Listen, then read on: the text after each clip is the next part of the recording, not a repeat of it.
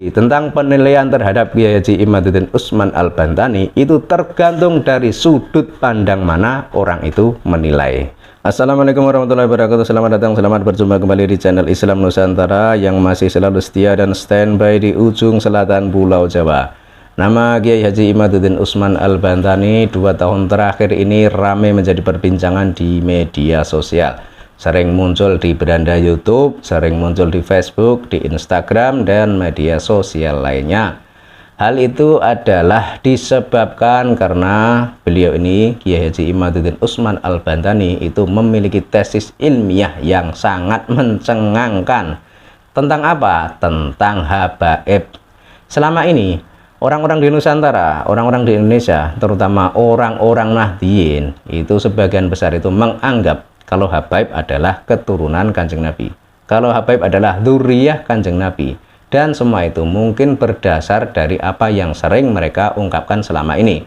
Karena kalau kita lihat ceramah beberapa oknum dari habaib itu memang sering mengatakan kalau mereka adalah keturunan Kanjeng Nabi, kalau mereka adalah dzurriyyah Kanjeng Nabi, kalau mereka adalah cucu Nabi, dalam tubuh mereka itu mengalir darah Nabi. Tapi ternyata berdasar tesis ilmiah Kiai Haji Imaduddin Usman Al-Bantani, semua itu terbantahkan. Ternyata nasab mereka itu terputus dan tidak tersambung kepada Kanjeng Nabi.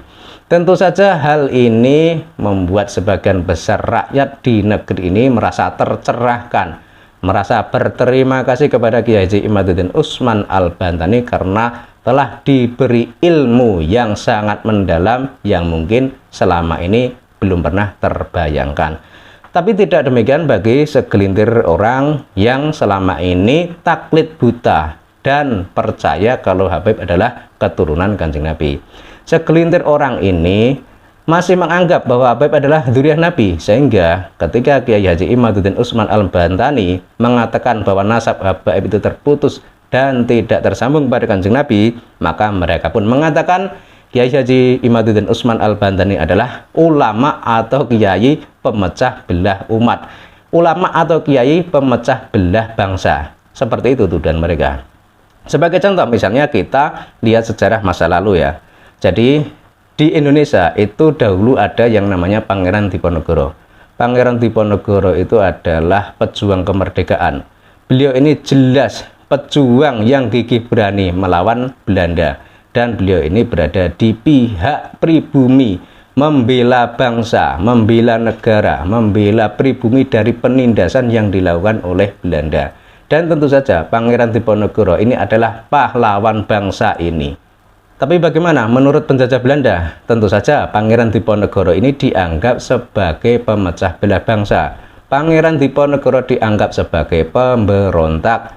Pangeran Diponegoro dianggap sebagai pengacau keamanan. Kan seperti itu. Jadi dalam penilaian hal ini tergantung dari mana sudut pandang orang menilainya.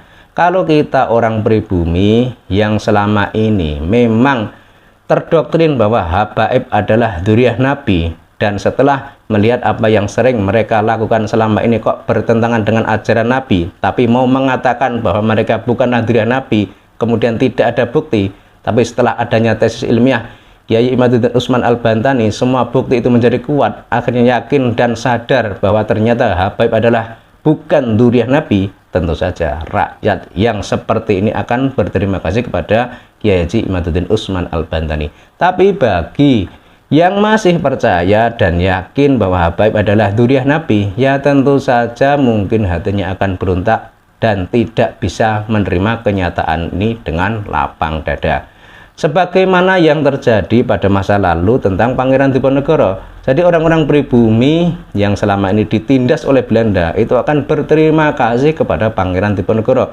Tapi bagi pihak Belanda dan antek-antek Belanda, tentu saja dengan adanya Pangeran Diponegoro, mereka ini akan marah karena kepentingannya terusik, karena penjajahannya menjadi kacau.